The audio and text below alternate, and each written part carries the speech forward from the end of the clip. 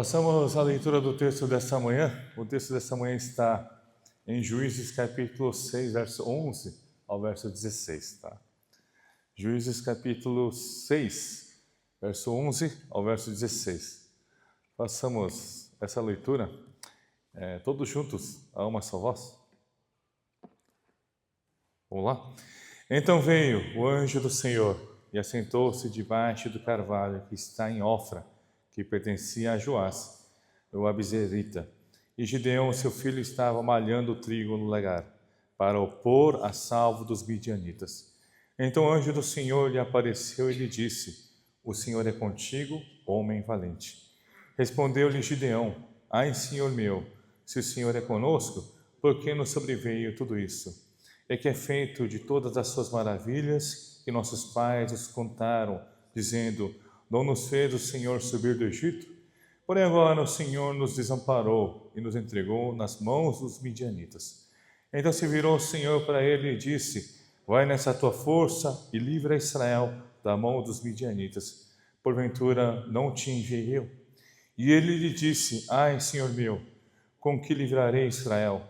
Eis que a minha família é a mais pobre em Manassés, e eu o menor da casa de meu pai. Tornou-lhe o Senhor: Já que eu estou contigo, ferirás os midianitas como se fossem um só homem. Amém. Amém. O título da palavra dessa manhã é Um pequeno homem para uma grande obra. Um pequeno homem para uma grande obra. Não sei se vocês já ouviram falar, havia um programa na televisão, já de tempos atrás, que se chamava Pequenas Empresas, Grandes Negócios.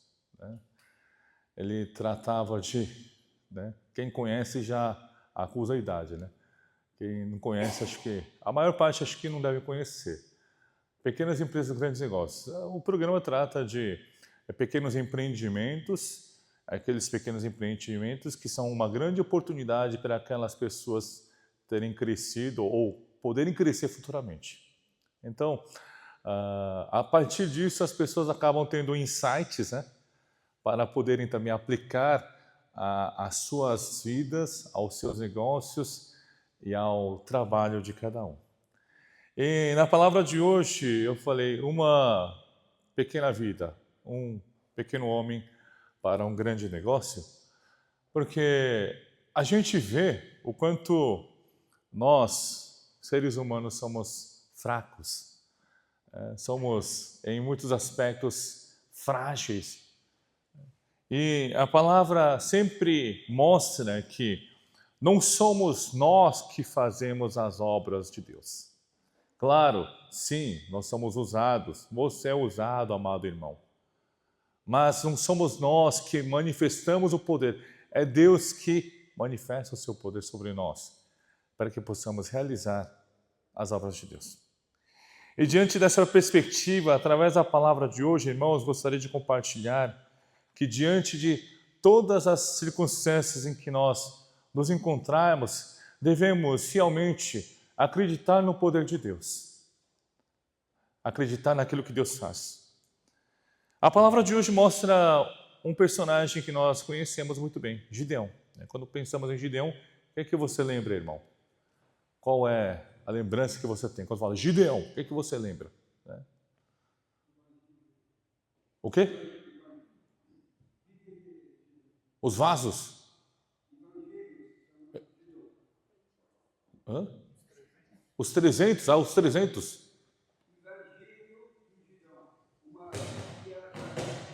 Tá, ok. Vamos lá. A gente lembra muitos aspectos, né? Por exemplo, os 300 homens de Gideão seria algo mais comum para vocês lembrarem, né? Lembra-se? 300 homens contra milhares de midianitas. Eles vão a uma guerra e eles conseguem um grande triunfo, algo inimaginável, né? E diante dessa perspectiva, quando nós olhamos para Gideão, dizemos: nossa, que grande homem sensacional, o homem que fez manifestar ali o poder de Deus, e ele com 300 conseguiu lutar contra, um bando de midianitas, guerreiros midianitas, e ainda trouxe a vitória para o povo de Israel. Mas nós muitas vezes nos esquecemos do contexto, né, de onde ele fora chamado. Muitas vezes nós olhamos apenas, irmãos, a vida final daquela pessoa. Por exemplo, vamos dizer, Steve Jobs, né? Ele passou por grandes dificuldades. Né? Ele foi tirado da sua própria empresa, lembra-se da história? E depois ele voltou e conseguiu, né, desenvolver o smartphone e com isso, mais uma vez a Apple conseguiu continuar crescendo. Mas muitas vezes as pessoas ignoram todo o processo e simplesmente avaliam aquele momento daquela pessoa. Nós, quando olhamos para Gideão, olhamos, ele é um grande homem de Deus, um grande líder, um grande juiz que estava sempre ao lado do povo de Israel. Mas veja, a realidade é muito diferente do que muitas vezes nós imaginamos. O momento em que ele fora chamado, a gente observa o quanto lhe faltava fé em Deus. A palavra de hoje no verso 11 diz assim: então veio o anjo do Senhor e assentou-se debaixo do carvalho que está em Ofra. O Senhor vem diante de Gideão. Quando a gente fala em anjo aqui, a gente subentende que é o Senhor Jesus Cristo, Deus Filho no Trino. E a palavra diz: Gideão, seu filho, estava malhando o trigo no lagar para o pôr a salvo dos midianitas. Aí quando a gente olha Gideão, a gente pensa assim, esse homem, como a palavra de hoje diz, é um homem valente. Ele não fala no verso 12, então o anjo do Senhor lhe apareceu e lhe disse: o Senhor é contigo, homem valente. Mas de valente a gente encontra nada nesse homem. Por quê, irmãos?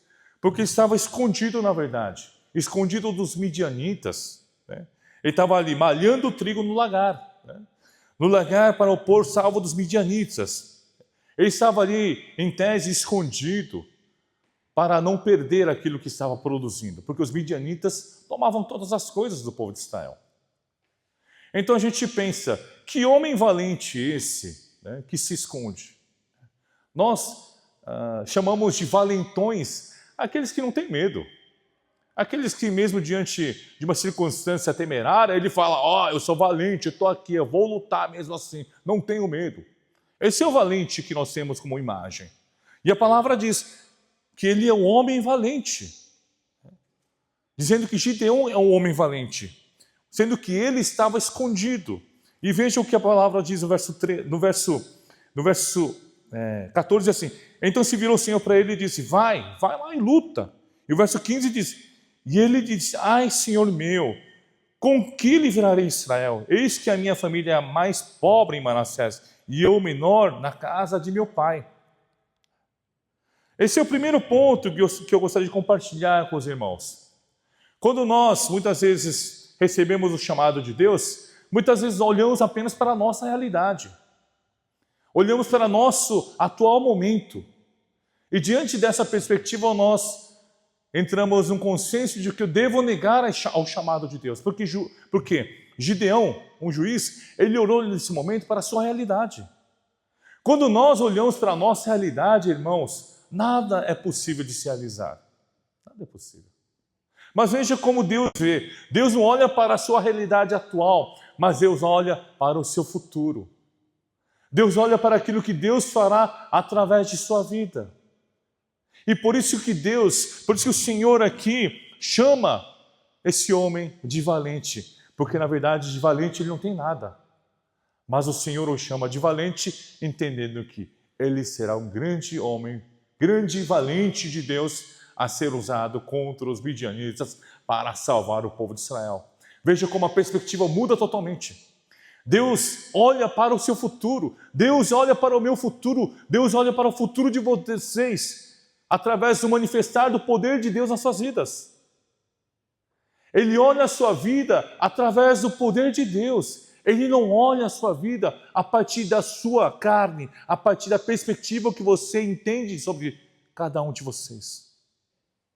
É isso que nós precisamos compreender através da palavra de hoje. Precisamos compreender que Deus não olha para a sua família, Ele não olha para a sua situação financeira, Ele não olha para o que você é. Deus olha simplesmente a tua vida como um instrumento de Deus que será usada com poder para manifestar a sua força. Irmãos, é por isso que eu não tenho frustração ou tristeza em relação à minha realidade nesse momento. Por isso que eu não tenho frustração ou tristeza quando olho para a nossa igreja, mesmo diante de toda qualquer realidade que pode acontecer conosco. Por quê? Deus olha sob a perspectiva do poder de Deus em nossa vida. Deus olha através do poder dele a cada um de nós. É isso que você tem que compreender. O poder do sangue de Cristo Jesus já manifestou na sua vida e a partir desse poder você vive a vida ligada cada vez mais ao Senhor. E logo como Deus olha para a nossa vida através do poder do sangue de Cristo Jesus, da mesma maneira, Deus olha para a vida de Gideão da mesma forma. Ele olha sabendo que através da vida daquele homem tão simples, tão medroso, mas que através do poder de Deus se manifestará como um grande homem valente para libertar o povo de Israel da opressão dos midianitas. Entenda isso, irmãos. Muitas vezes nós olhamos para a nossa realidade. Eu não tenho uma boa família, eu não tenho bens, eu não tenho uma boa graduação, eu não tenho nada. Como é que eu vou fazer algo dentro da igreja? Irmãos, nada disso importa na igreja, nada disso importa. O que importa é que você seja um instrumento obediente à vontade de Deus. É isso que importa, irmãos. Não importa se você é PhD, não importa se você é doutor, não importa.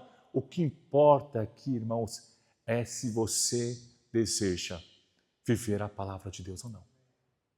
Isso que importa. Isso que importa a você, irmão, nessa manhã.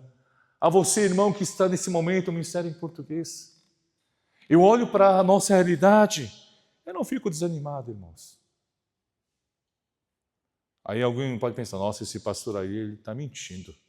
Porque se olha para a nossa realidade, o negócio é triste. Não, irmãos, não estou mentindo. Eu olho para a nossa realidade aqui, irmãos, e imagino o futuro, a mudança que haverá em nós. Irmãos, passe a olhar assim. Não olhe para a tua realidade agora, o momento de agora. Olhe para o futuro. Olhe para aquilo que Deus vai fazer. Olhe para o poder de Deus, pessoal. The King, the power. The man, não sei o que, né? The man, the best. O menino lá. Olha para o poder de Deus, irmãos. Poder de Deus. Poder de Deus. É isso que Gideão não estava vendo. Ele olhava para si, ele olhava para ele. Entendia, nada posso fazer. Porque ele entendia, eu sou medroso, estou escondido aqui. Estou aqui, escondido dos midianitas, para não perder aquilo que é meu. Como é que eu, sendo essa pessoa miserável, poderei salvar Israel de toda essa opressão de Midian? Impossível. Realmente isso é impossível, irmãos. Isso é impossível de acontecer. Mas, irmãos, tudo é possível através do poder de Deus. Lembra e guarda isso no teu coração. Tudo é possível, porque o Senhor não olha para a tua realidade nesse momento, mas o Senhor olha para o futuro de Gideão. O Senhor olha para o seu futuro, irmão. Ele não olha para esse atual momento da tua vida. Ele está vendo, Deus sabe, irmão, Deus está acima do tempo, Deus não está no tempo Cronos, Deus está no tempo Kairos, Ele está acima do tempo, acima de todas as coisas, Ele já consegue ver todas as coisas e ver que Gideão será um grande homem de Deus, usado por Ele para libertar o povo de Israel. Pessoal, precisamos entender isso em nossa vida. Entenda, não fique frustrado ou desanimado, porque poxa, pastor, a minha vida não tem melhorado, a minha vida não tem mudado. Não fique frustrado, mas continue caminhando no caminho de Deus. Continue caminhando e servindo a igreja do Senhor com fidelidade. A gente não fala, a gente tem que ser fiel. Fidelidade, seja fiel, seja constante na obra de Deus.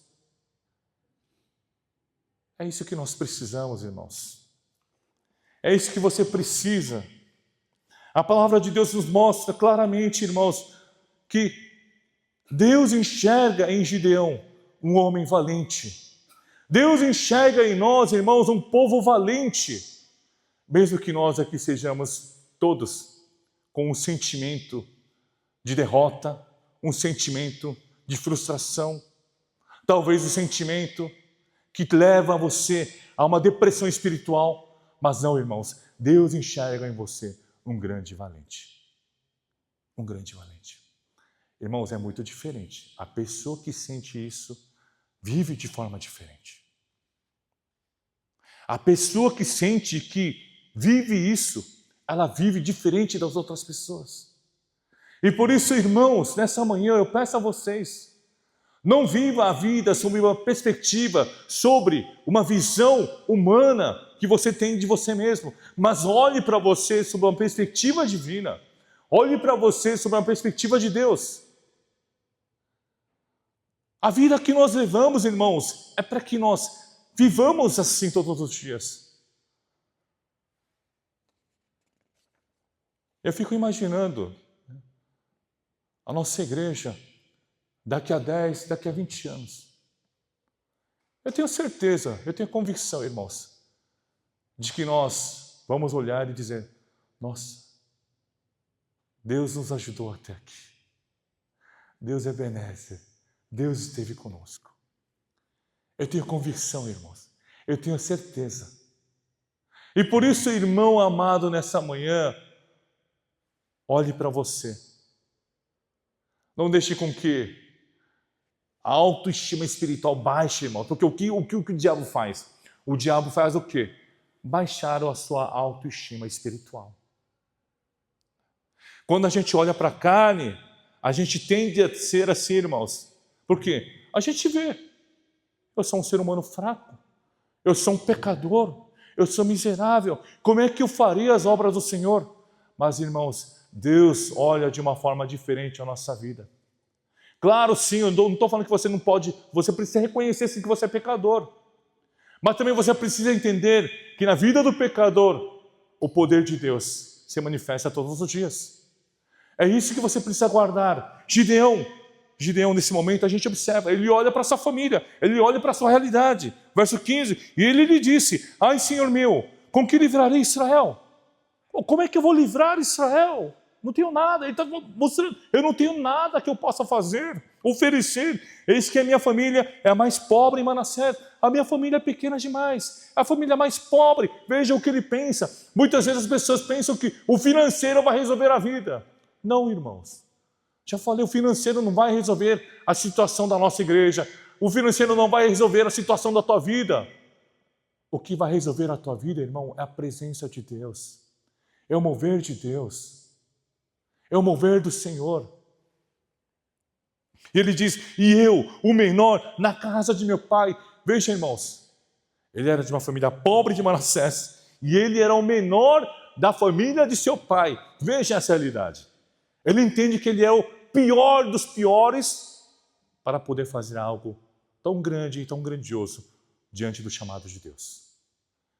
Mas, irmãos, aquele que se vê como o pior dos piores é chamado, erguido, edificado para libertar o povo de Israel.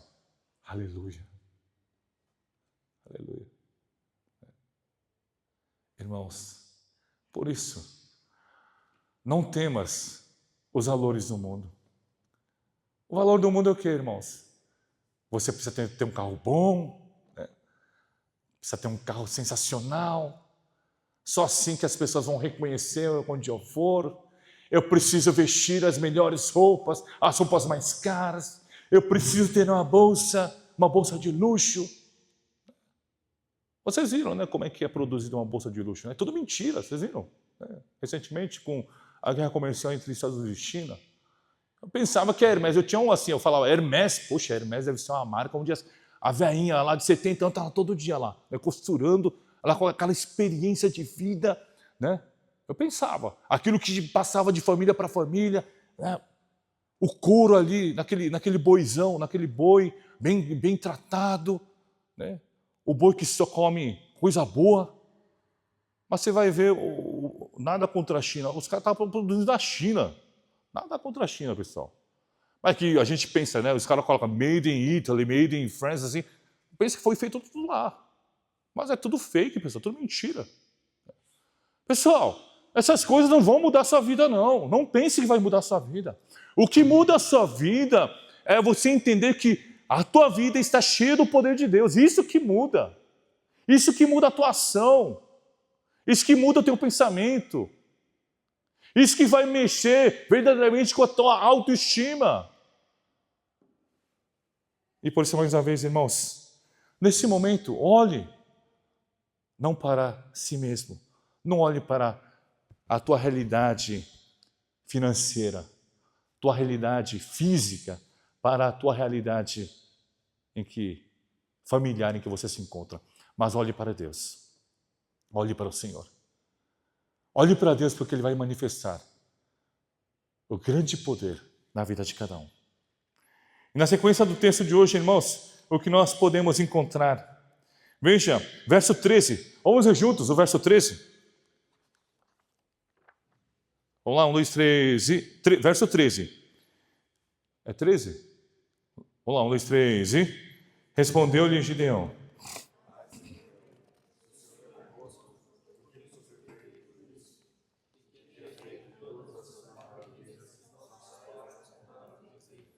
vamos ser, Senhor, subir do Egito. Porém agora o Senhor nos desamparou e nos entregou nas mãos dos midianitas. Veja, essa é uma pergunta interessante, né? É uma pergunta que eu creio que muitos fariam nessa situação. Deus está falando: olha, Gideão, eu estou te chamando para você libertar o povo de Israel. Veja, estou contigo. Vai lá, homem valente, eu estou contigo. Aí ele diz, respondeu-lhe Gideão: ai, Senhor meu, se o Senhor é conosco, ele fala, se você está conosco, por que a gente se encontra nessa realidade atual? Onde eu sou obrigado a me esconder para poder malhar o trigo? Onde eu sou obrigado a me refugiar diante da opressão dos midianitas? Por que isso está acontecendo conosco, irmãos? Né? É isso que Gideão está perguntando para Deus. É compreensível, claro. O povo de Israel estava sofrendo com grande opressão, com a perseguição de Midian. Mas lembre-se, irmãos, por que o povo de Israel está passando por isso? Porque a gente observa no texto de Juízes, o povo de Israel esqueceu-se de Deus. O povo de Israel se afastou de Deus. E é por isso que essa realidade é a realidade que nesse momento se encontra o povo de Israel. Deus levantou Midian para que o povo de Israel entendesse que eles precisavam do Senhor. Muitas vezes, irmãos, nós muitas vezes olhamos apenas para a nossa realidade, mas olhamos para a nossa realidade de uma forma onde, na verdade, não é a verdadeira realidade que nós vivemos. Muitas vezes olhamos dizendo, a culpa não está em mim. Sim, mas a culpa está em nós. Sempre queremos culpar alguém quando acontece alguma coisa. Na verdade, quando acontece algo na tua vida, você diz, a culpa não é minha, a culpa é do outro que atrasou, por isso que isso aconteceu.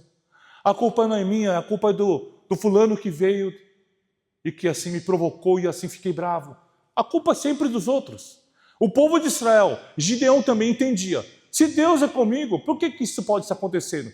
Ele não entende que Deus está no controle, Deus está movendo o Midian para que o povo de Israel, mais uma vez, se arrependesse diante dele.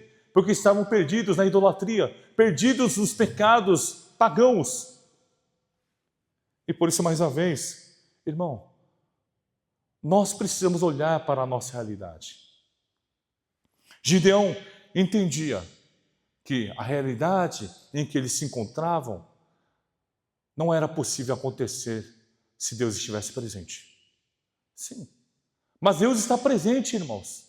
A nossa perspectiva é, se Deus é presente, por que essas coisas acontecem em nós? Se Deus é presente, por que as coisas não mudam rapidamente? Irmãos, o que Deus quer ao povo de Israel? Deus quer que o povo de Israel se arrependa. Deus quer que o povo de Israel se entregue a Ele, irmãos. Mas o povo de Israel se rejeitava a entregar ao Senhor.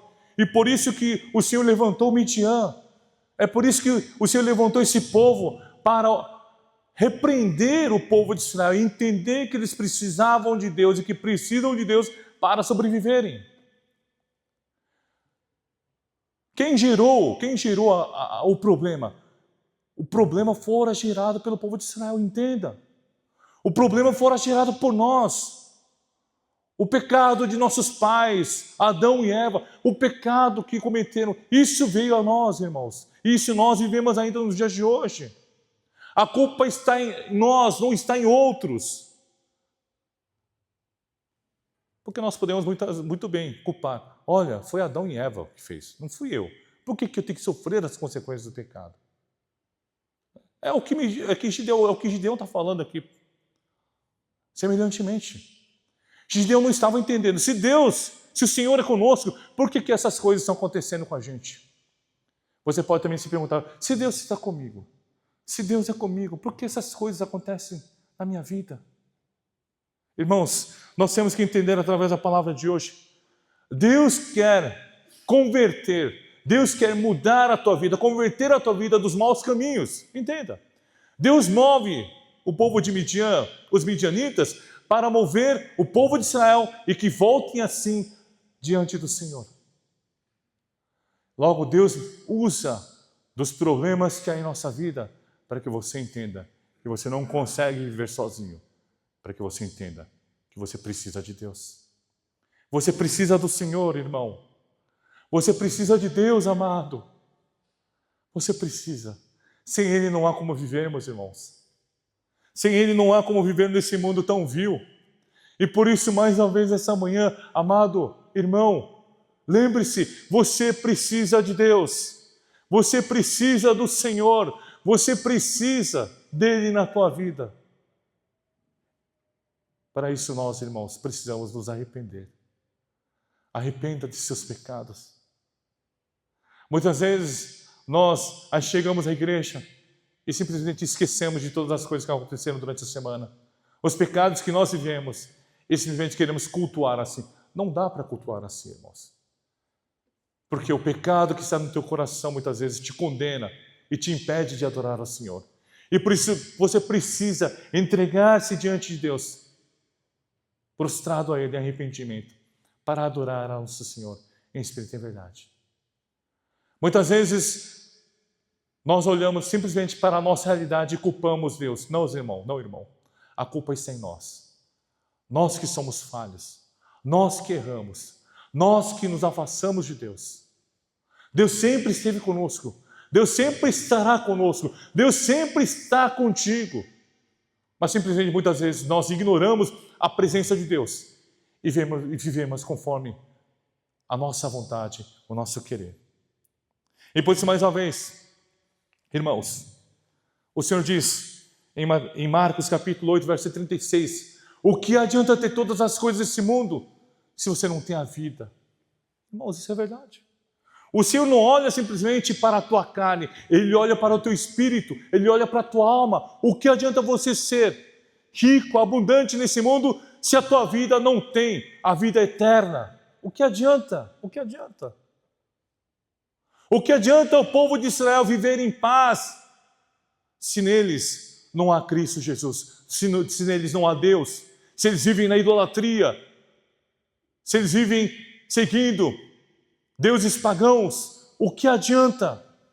É isso que Deus está mostrando. O que adianta vocês viverem essa paz se no coração de vocês não há o mover de Deus? Irmãos, mais uma vez, através dessa palavra, guarde no teu coração. Deus se importa demais com você. E por isso que talvez em alguns momentos você passe por problemas, passe por provações, para que você entenda de que você precisa voltar a Deus. Deus usa dos sofrimentos, Deus usa das provações da nossa vida para que você seja testado, para que você possa voltar, para que você possa viver no caminho de Deus. E por isso, irmãos, olhe, faça um diagnóstico espiritual da tua vida. Como tem sido o seu relacionamento com o Senhor? Como tem sido o teu relacionamento com Deus Pai? Eu desejo, no íntimo do meu coração, Que vocês, irmãos, possam ter um relacionamento cada vez mais íntimo com Deus, cada vez mais próximo com o Senhor. Quando nós temos essa relação íntima, nós queremos mais e mais estar ao lado dele. Nós cremos que em todas as coisas há um mover de Deus e não seremos abalados pelas mudanças que podem acontecer em meio a este mundo. Nada nos abala. E por isso, mais uma vez, entenda, o Senhor está no controle da nossa vida e se entregue a Ele completamente.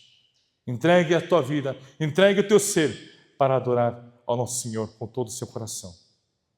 Em terceiro lugar, irmãos, para concluir a mensagem, veja o verso 14. O verso 14 diz assim: então se virou o Senhor para ele e disse: vai nessa tua força, livra Israel das mãos dos midianitas, porventura não te enviei eu, diz a palavra. Veja, irmãos, o Senhor está dizendo, veja, o Senhor não repreende em nenhum momento as decisões de Gideão, as palavras de Gideão. Porque são palavras, na verdade, de uma falta de consciência da existência de Deus. Mas em nenhum momento o Senhor repreende esse homem. Mas sim, o Senhor, toda hora, na tua perseverança, na sua paciência, Ele fala a Gideão: eu te enviei, estou contigo. Né? Aí o verso 16 de novo: já que eu estou contigo, ferirás os midianitas como se fosse um só homem. Veja, Deus está a todo momento dizendo, Deus está a todo momento perseverando diante dos questionamentos de Gideão, mostrando a ele: eu estou com você, eu estarei com você e ficarei com você todo o tempo para que você possa manifestar o meu poder na vida daqueles que não conhecem ao Senhor. Amados irmãos, mais uma vez essa manhã nós podemos perceber o que através desse texto, que o Senhor não desiste em nos exortar para que sigamos o caminho dele. O Senhor não desiste. O Senhor persevera sobre a tua vida, irmão. Quantas vezes nós falhamos? Quantas vezes nós erramos? Quantas vezes nós deixamos Cristo de lado e vivemos a nossa vida? Mas o Senhor, Ele não desiste em nenhum momento de você. Ele persevera, irmãos. A gente conhece os 5 pontos calvinistas. Um dos 5 pontos calvinistas tem a graça irresistível, né? Irresistível grace, né? A graça de Deus é irresistível. Diante na vida de Gideão, Gideão está ali questionando, Gideão está falando: se Deus está conosco, por que isso tem acontecido? E o Senhor diz: vai, meu filho, confia em mim, segue o caminho do Senhor. Mas Senhor, e agora minha família? Eu sou da menor das famílias, como é que eu vou fazer? Vai, eu vou estar com você. Veja como Deus é paciente conosco. Veja como Deus é paciente com a sua vida. Veja como Deus é paciente com cada um de nós. Deus persevera por nós, irmãos. Ele tem a sua paciência eterna por sobre nós, através de Cristo Jesus. E por isso, com a sua graça irresistível, em todo momento, em toda hora, Ele move o teu coração através do Espírito Santo. Irmãos, Deus deseja manifestar o poder dEle na tua vida. Sim, o poder de Deus já manifestou na sua vida por meio de Cristo Jesus, do teu sangue. Mas Ele deseja fazer coisas muito maiores do que você já imaginou na tua vida, irmão. E por isso, jovens, por isso, irmãos do Ministério Português, despertemos, desperta a tua vida, irmão, porque Deus há de fazer coisas muito maiores do que você já imaginou, já que você pensou. Mas quando olhamos para a nossa realidade, não parece ser isso. Não é verdade? Rodrigo, você não sente? Quando eu estou falando aqui, meia hora aqui, berrando aqui, quando você olha para a realidade da nossa igreja, você vai dizer: ah, pastor, isso é de brincadeira.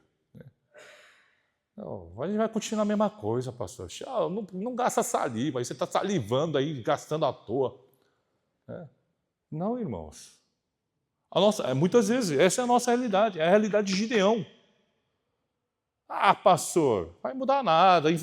Deixa o departamento infantil do jeito que está, deixa lá. Ah, deixa os adolescentes do jeito que tá, meu, não tem problema nenhum. O que importa é que eles fazem o cultinho dominical. Ah, deixa eles descansar, pastor, deixa eles lá. Irmãos, não podemos deixar do jeito que está. Não podemos deixar do jeito que está. Eu não posso deixar o nosso ministério português do jeito que está. Temos que mudar, irmãos. Mudar. Quebrar todos os paradigmas que estão na tua vida. Precisamos mudar, irmãos. Mudar a nossa realidade. Mudar a nossa adoração.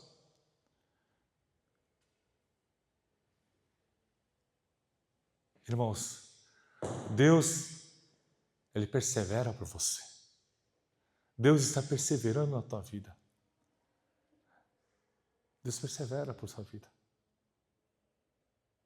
E por isso, mais uma vez, nós que estamos aqui, podemos adorar a Deus. Porque Ele persevera por você. A tua graça irresistível, toda hora Ele move a tua vida, para que você entenda que sem Ele nada pode fazer, amado irmão. É por isso que eu, nesse momento, eu gasto minha saliva, gasto minha energia, minha força, para tentar trazer essa mensagem a vocês. Porque eu tenho certeza, tenho a convicção de que a nossa igreja, a nossa comunidade vai mudar, e vai mudar muito. Amém? Amém, irmãos. Creia na mudança. Irmão, entenda, não é você que vai mudar. Não é você que vai mudar, não sou eu que vou mudar não, irmãos. É Deus que vai mudar. Quando a gente entende que Deus é quem vai mudar, a gente pode dizer, sim, Senhor, eu creio. Sim, que nem os irmãos na Assembleia. Eu recebo, Senhor, recebo. Nossa, parece que eu estou virando pastor pentecostal, né? Estou elogiando demais as igrejas assembleianas. Né? Mas tamanha a frieza que nós temos aqui. Né? Eu sei que está frio, pessoal, mas aqueça, né? Ferva o teu coração através do Espírito Santo. Ferva o teu coração. Sabe, já viu alguém apaixonado por alguém? O coração daquela pessoa ferve, né? Pensando naquela pessoa amada. Não é? A pessoa não consegue esquecer. Quando eu lembro do meu primeiro contato com a minha esposa, meu coração ferve ainda, tá? Ferveu. Ainda ferve também. Eu falei, nossa, eu quero encontrar essa japonesa de novo. Eu preciso encontrar essa japonesa de novo. Eu fiz tudo que é jeito para encontrá-la de novo. Porque meu coração fervia. Fervia não, ferve ainda, né? Ferve. Eu falei no passado. Ferve. Né? Naquele tempo também, né? Fervia da vontade de encontrá-la. Irmãos, ferva o teu coração pela graça que está na tua vida. Creia, não é você que vai fazer, é Deus quem vai fazer. Não olha para a tua realidade atual, mas olhe para a sua realidade futura. Através do mover de Deus, através das transformações que Ele trará na tua vida. E com isso, irmão, você terá convicção e certeza de que seguiremos o caminho maravilhoso e abençoado do Senhor. Você será logo um homem valente, um cristão valente, a fim de lutar no propósito de Deus, pela palavra de Deus, em todos os momentos.